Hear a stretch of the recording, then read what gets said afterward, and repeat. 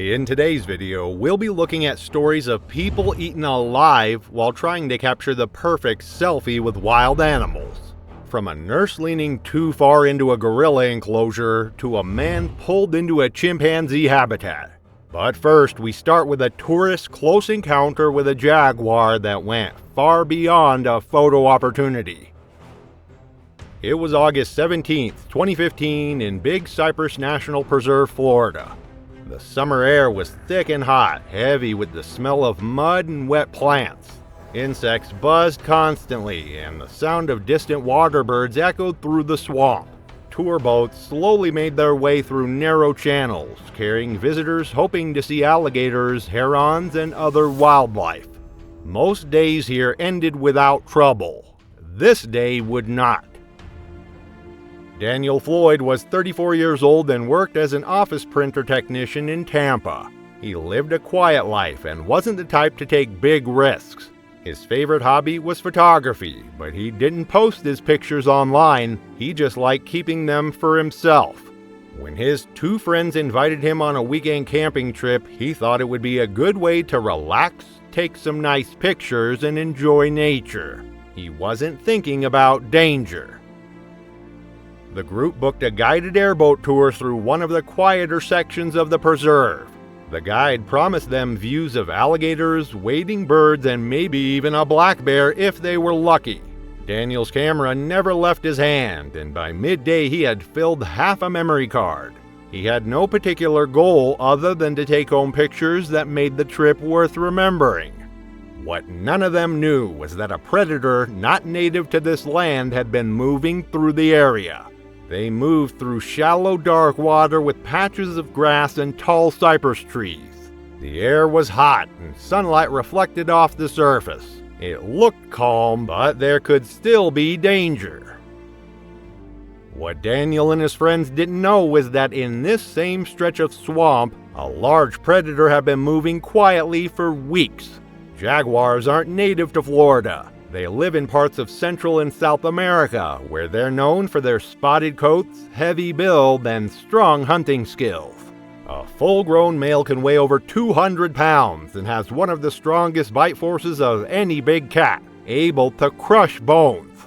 They hunt by staying hidden and attacking in short, sudden bursts. The one in the preserve had escaped from a private collection a few miles away, and had been spotted a few times by rangers, but it always slipped away before they could capture it. That afternoon, Daniel and his friends saw it for themselves.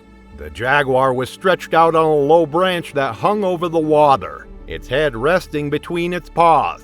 At first, it didn't move. The guide identified it immediately and told the group to stay still. The airboat was floating about 30 feet away, close enough for them to see the shape of its head and movement of its sides as it breathed. Daniel's friends wanted him to get a better picture. They told him it would be something worth keeping, and they laughed as they encouraged him.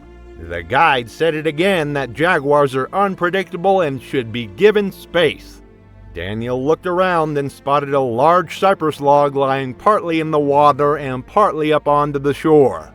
From the log's end, the view to the branch would be clear and unobstructed. Before the guide could react, Daniel stepped off the airboat and balanced himself on the log. He carried his camera in one hand and slowly made his way forward, watching the jaguar. His friends reminded him to be quick before the animal moved. The jaguar did move, lifting its head and watching him. Then it climbed down from the branch with slow, heavy steps and disappeared into the tall grass at the water's edge. For a few seconds, Daniel and the others couldn't see it. When it appeared again, it was already close. It covered the last few feet in a fast, quiet rush and leapt onto Daniel, hitting him hard enough to knock him off the log and into the shallow water. His camera dropped from his hand. The jaguar's jaws closed on his shoulder, and it began pulling him toward the sawgrass. Daniel's friends shouted and threw sticks, and the guide revved the airboat's engine to make noise. The jaguar kept moving, dragging him through the water. Mud swirled up, turning it cloudy. Daniel's legs kicked for a moment before disappearing into the thick plants. The jaguar's back rose briefly above the grass, then vanished from sight. Rangers arrived within an hour after the guide called for help. They followed the trail through the swamp and found torn clothing, one shoe, and Daniel's camera in shallow water. The last picture on the memory card showed a blurred image of the animal's fur. A short distance away, they found the body partly covered with leaves and branches, a sign that the jaguar intended to return to it later. In the next 2 days, rangers set traps and closed the area to visitors. The jaguar was seen again nearby and was euthanized to prevent further incidents. It was later confirmed to have escaped from a private property that kept exotic animals illegally. The owner was fined but not jailed. Daniel's funeral in Tampa was small, attended by family and a few close friends. The incident was not widely reported, and many people never heard about it. For those who were there, the sight of the jaguar leaving with Daniel stayed in their memory. Life in the preserve returned to normal. Tour boats, birds over the water, and the steady hum of insects. But for those who knew what had happened, it was a reminder that danger can be close, even in a place that looks calm. After the jaguar was euthanized, the danger shifted from Florida swamps to a quiet zoo in Nebraska, where a close photo with a gorilla ended in tragedy. It was April 22, 2016, at Omaha's Henry Dorley Zoo in Nebraska. The weather was mild and the sky was clear. There were fewer visitors than on busy weekends, so the walkways felt open. Families moved slowly along shaded paths, pushing strollers or stopping to look at exhibits. A few small school groups were scattered around, reading signs and taking quick photos. The sounds were a mix of quiet conversation, the shuffle of feet on pavement, and distant bird calls from other parts of the zoo. Near the gorilla enclosure, nothing seemed unusual. Among the visitors was 29-year-old Asha Najiri, who had been living in Des Moines, Iowa. Originally from Kenya, she was studying to become a nurse. Her classmates described her as quiet, friendly, and patient. She liked taking her time when exploring new places, and often kept photo albums on her phone from trips and outings. She had never seen primates up close before, but she often said she wanted to. When her nursing program organized a weekend trip to Omaha, she joined for a short break from studying and clinical work. Asha treated photography as part of her routine wherever she traveled. She liked capturing memories, but wasn't someone who took big risks to get a shot. The zoo, with its fences and enclosures, felt safe. The idea that something inside could reach her didn't seem likely. As her group made their way through the exhibits, she watched with her phone in hand, stopping now and then to take pictures. The gorilla enclosure was one of the larger primate habitats in the zoo. It had open grassy areas, climbing structures, and ropes between tall posts. A wide moat curved in front of the viewing rail, acting as a barrier between the animals and visitors. Beyond the moat, shrubs and trees offered shade where the gorillas could rest out of view. The setup was open enough that people could see the animals clearly without a glass wall in between. That day, it was quiet near the rail, with only soft background chatter from other visitors. The troop's silverback was large, weighing about 400 pounds. Adult males that size can cover short distances quickly up to 20 miles per hour, and their strength is many times greater than a person's. In the wild, they defend their group by bluff charging or, if provoked, by making physical contact. Their jaws and teeth are capable of causing serious injuries in seconds.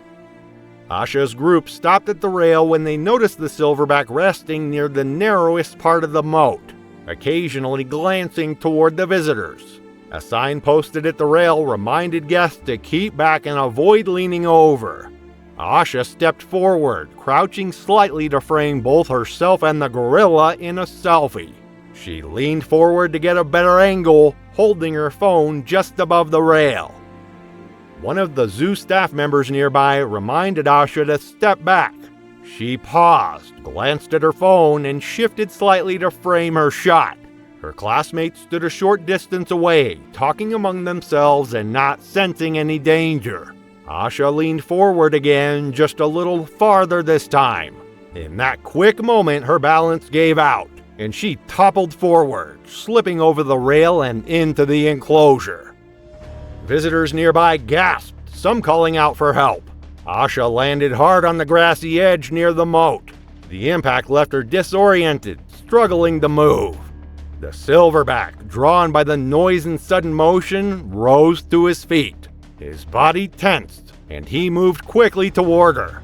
Before she could stand, he struck with both hands, knocking her flat onto the ground. Witnesses saw him grip her upper arm and bite down hard. He bit again into the side of her neck. The force caused deep wounds immediately. He dragged her several feet before stopping, still holding her down. Two younger gorillas moved toward the moat, making short vocalizations and pacing. The silverback kept his focus on Asha, his posture blocking her from others. Zoo staff reacted quickly. Loud bangs and blasts from a high-pressure water cannon were used to push the gorillas back. The silverback released her after several moments and retreated across the moat. Other staff members moved in, pulling her away from the edge and starting first aid. Asha's injuries were severe. She had heavy bleeding from her neck and arm and was unresponsive. Paramedics arrived within minutes and worked on her at the scene. But the trauma was too extensive. She was pronounced dead before she could be moved for transport. The zoo closed the gorilla exhibit immediately and relocated the troop to an indoor holding area. Officials later explained that the silverback's behavior was likely a defensive reaction to her leaning over the barrier. They stressed that while the rail and moat are meant to keep visitors safe, getting too close can still provoke a response from the animals. Asha's body was returned to Iowa for burial. Her classmates organized a candlelight vigil on campus a few days later, sharing photos of her from earlier trips. The zoo issued a short written statement expressing condolences to her family and friends. Local news outlets reported the incident, but coverage was limited outside the region. The enclosure's barriers were later inspected, and additional signs were placed to remind visitors not to lean over the rail. Not long after the gorilla attack in Nebraska, another encounter turned deadly, this time at a quiet animal ranch outside Las Vegas, where a close look at a lioness became a fatal mistake. It was January 14, 2013, on the outskirts of Las Vegas, Nevada. The weather was cool and clear, with sunlight stretching across the dry ground. At a small exotic animal ranch, the morning routine moved along quietly.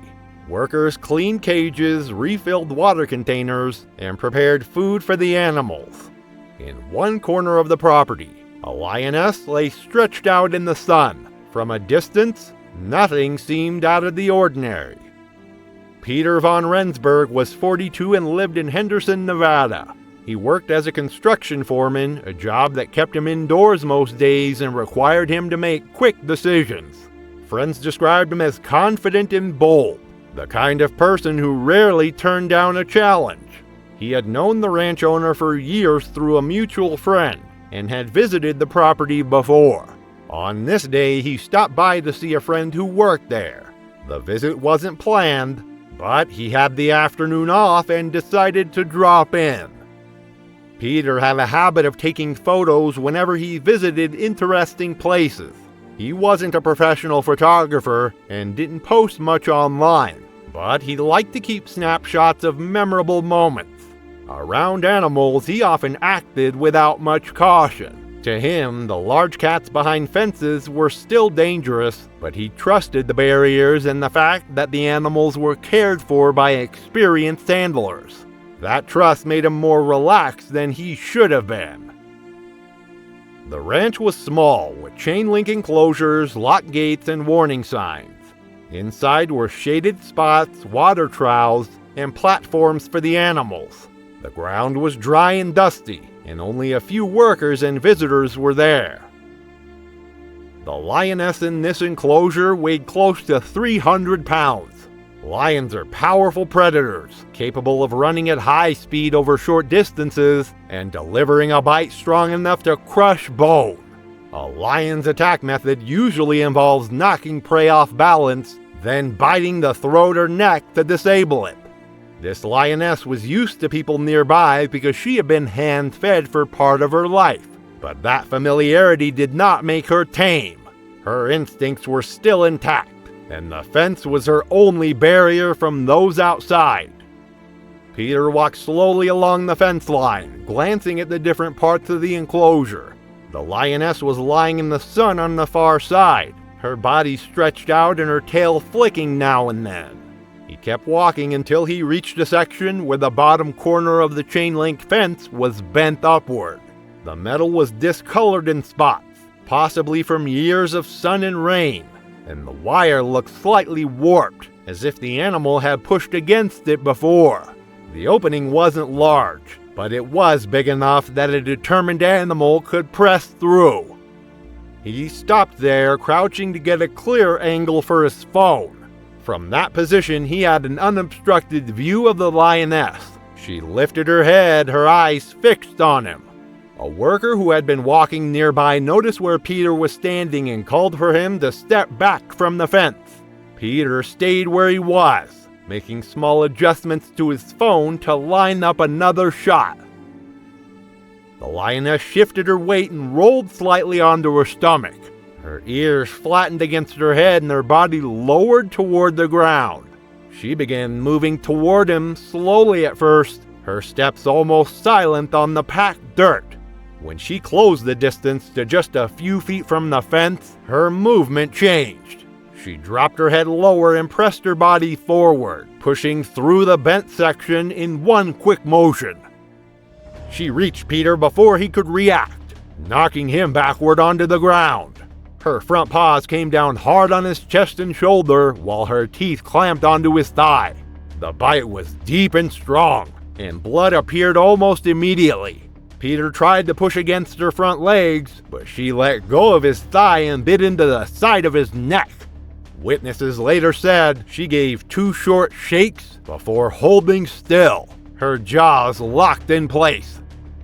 2 workers who had been nearby ran to grab fire extinguishers from a storage area. They sprayed bursts of the white chemical toward the lioness's face. She paused, stepping back a few feet, then turned and pushed herself back through the same opening in the fence. The workers pulled Peter several feet away from the gap. His injuries were severe, with heavy bleeding from his neck and leg, and he was not breathing. Emergency responders were called immediately, but it was clear the damage had been fatal. Emergency services were called immediately, but by the time paramedics arrived, there was nothing they could do. Peter was pronounced dead at the scene. The sheriff's office took statements from the workers and the few other people present. They confirmed that the bent section of fencing had been there for at least several days. No one had reported it as a serious risk until the attack happened. The ranch closed to visitors for the rest of the week. Workers repaired the damaged fence and checked all other enclosures for weaknesses. The USDA opened a quiet investigation into the facility's safety standards, but no public statements were made beyond confirming that the attack had taken place. Peter's funeral was held a few days later in Henderson. The service was small, attended by family, close friends, and some of his co-workers from the construction site. A short obituary was printed in the local newspaper. It mentioned his years of work, his family, and his love of the outdoors, but did not go into detail about the circumstances of his death. At the ranch, the lioness remained in her enclosure.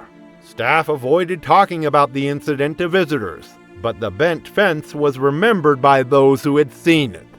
For the workers who had been there that day, the image of her pushing through the gap stayed clear, a reminder that even a small flaw in a barrier can be enough for an animal to act on its instincts. After the lion attack in Nevada, another photo attempt would end the same way. This time in Oregon, where a drive-through safari and a resting tiger proved to be a deadly mix. It was November 2nd, 2017 at Wildlife Safari Park in Winston, Oregon. The weather was cool with light cloud cover. Cars moved slowly through the drive-through areas, engines idling as visitors looked for animals in the open spaces. In the tiger section, a single tiger was lying on the ground near the edge of the road, watching the passing vehicles. The area was quiet, and there were no signs that anything out of the ordinary was about to happen. Rohit Sharma was 24 and had recently graduated from a university in Portland. He was working part-time while looking for a full-time job. Outside of work, he often went on short day trips with friends and co-workers. Photography was one of his hobbies. He liked getting close-up shots of wildlife and nature. His pictures were organized in albums on his computer and phone, and he added new ones after each trip. This visit to the park was meant to be a relaxed afternoon with two co-workers, a break from routine and a chance to take a few new photos. The group entered the tiger section in mid-afternoon. They followed another car at a slow pace along the road.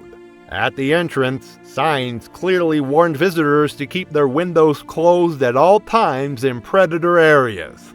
Rohit had seen the signs but preferred taking pictures without window glare.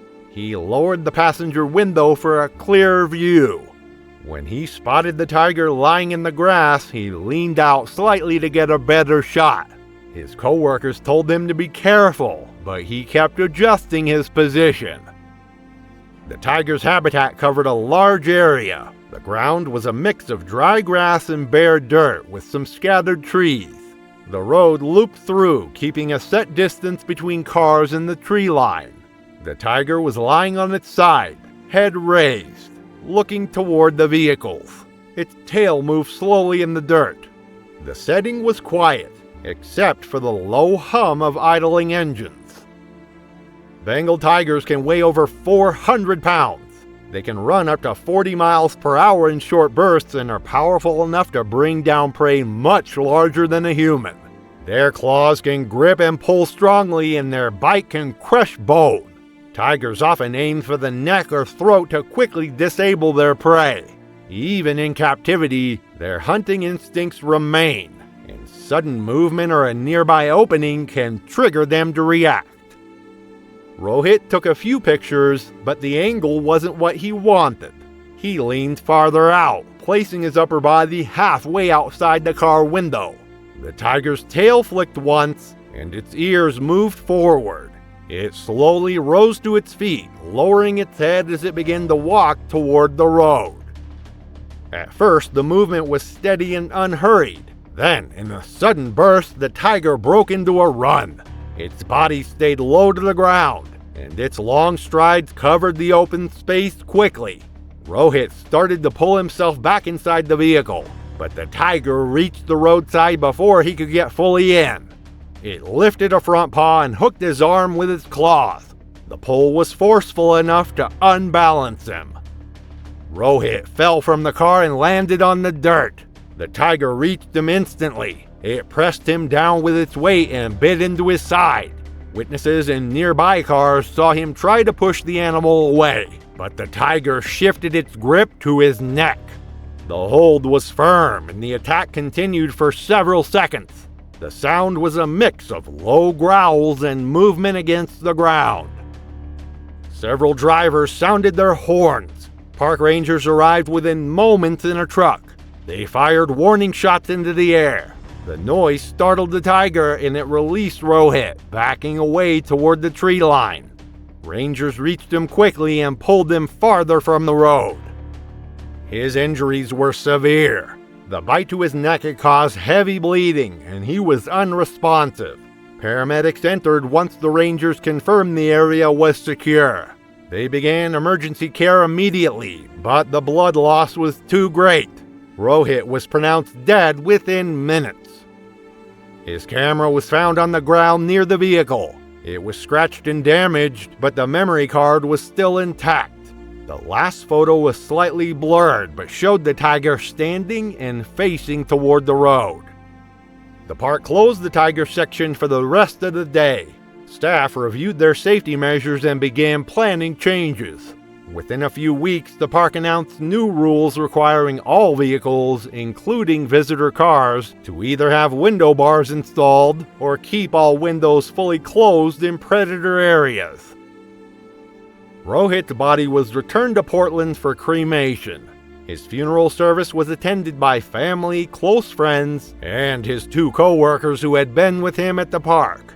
The incident was covered briefly by local news, but received little attention outside the region. The tiger involved in the attack remained in the park. Staff made changes to keep it farther from the road during public visits.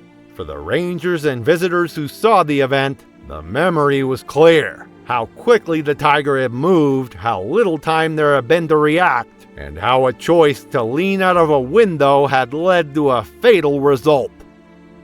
And just when it seemed nothing could top that, a roadside zoo in Kansas would see a chimpanzee turn a lighthearted selfie into a fatal attack. It was May 10, 2014 at Sunset Zoo in Manhattan, Kansas. The spring weather was mild, and sunlight broke through the trees, lighting the walkways in uneven patches. Families moved slowly between exhibits, some pushing strollers while others carried snacks from the concession stand. At the chimpanzee habitat, visitors leaned on the waist-high viewing rail, pointing out the animals as they moved through their space. Among the visitors that afternoon was 38-year-old Samuel Adeyemi from Kansas City. He worked as a salesman for a regional appliance company, spending much of his week traveling to meet clients. Friends and family described him as playful and easygoing, someone who enjoyed making people laugh. He especially liked watching animal clips online, with chimpanzees being a favorite. When his younger brother suggested a short weekend road trip, Samuel agreed. The zoo hadn't been part of their original plan, but when they saw a sign for it on the way into town, they decided to make a stop before dinner. The brothers moved at a relaxed pace through the grounds, stopping at the small carnivore exhibit before following a curved path toward the chimpanzee area. Samuel's brother pointed ahead to where a few people were gathered at the railing. The sounds of the chimps carried faintly down the path. Quick, sharp hoots mixed with the rustle of movement inside the enclosure. As they got closer, Samuel pulled out his phone, already in camera mode. The chimpanzee habitat had trees, climbing structures, and ropes tied between posts. The ground was a mix of dirt, grass, and straw. A shallow trench and low concrete wall separated the shade, while others climbed or groomed each other. The largest male sat near the front, watching people at the rail. Chimpanzees are powerful primates, far stronger than humans of similar size. Adult males can weigh over 120 pounds and have the muscle strength to overpower grown adults. In the wild, they use this strength for climbing, foraging, and defending their group. They can move quickly when provoked, and their teeth can cause severe injury in seconds. Zoos design habitats with barriers to keep a safe distance between visitors and the animals. But leaning over or reaching across those barriers can still bring someone too close. Samuel noticed the big male sitting only a few yards away and decided it would make a good photo. He pulled a granola bar from his pocket, holding it in one hand and his phone in the other. Leaning over the rail, he tried to get the chimp's attention while keeping himself and the animal in the same frame. A nearby staff member saw him and called out to step back. Samuel laughed and stayed in place, adjusting his position for a better angle. His brother told him to be careful, but Samuel leaned a little farther, resting his forearms on the rail. The male chimp moved closer, first on all fours, then standing to grip the edge of the trench wall. Samuel raised the granola bar slightly, angling the phone for another shot. The chimp suddenly reached forward, grabbed the front of Samuel's shirt, and yanked hard. The pull was strong enough to drag him over the rail. He lost his balance and fell into the trench, landing on the packed dirt. Other chimps rushed toward the commotion. Two grabbed at his arms, while the larger male bit down on his forearm, tearing into the skin. Witnesses heard sharp hoots and saw the chimps pulling and shaking him. Samuel tried to twist away, but another chimp bit his shoulder. Staff members ran in with long poles, shouting and trying to push the animals back. The chimps moved quickly, some retreating, others darting in for more bites. The largest male clamped his jaws around Samuel's neck briefly before staff used the water hose to drive him off. Samuel lay on his side, bleeding heavily. His shirt was ripped and one shoe had come off during the struggle. Staff reached him quickly and pulled him toward a service gate while the remaining chimps were moved back into the enclosure. His phone was left in the trench with a cracked screen, and the granola bar was flattened in the dirt a few feet away. Emergency responders arrived within minutes, but the injuries were severe. He had deep bites on his arms, shoulder, and neck, and was losing blood rapidly. Paramedics treated him at the scene, but he was pronounced dead before they could take him to the hospital. His brother stayed nearby as zoo staff closed the area and guided visitors toward the exits. The zoo closed the chimpanzee exhibit for the rest of the day. Officials later explained that the enclosure met safety standards, but that leaning over the rail had brought Samuel close enough for the animal to grab him. They reminded visitors that chimps, despite their intelligence and human-like behaviors, are still wild animals capable of sudden aggression. An internal review led to new rules requiring staff to monitor the area more closely on busy days. Warning signs were updated to include images of safe viewing positions. The zoo didn't release security footage of the incident, and media coverage was brief, limited to local outlets. Samuel's funeral took place the following week in Kansas City. It was a small service, attended by family, close friends, and a few co-workers. His brother declined interviews, and the family asked for privacy. The phone recovered from the trench had one last image saved. A slightly blurred shot showing Samuel's face close to the railing, the chimp in the background watching him. Thanks for watching. There's another wild story waiting for you. Just click the next video on your screen.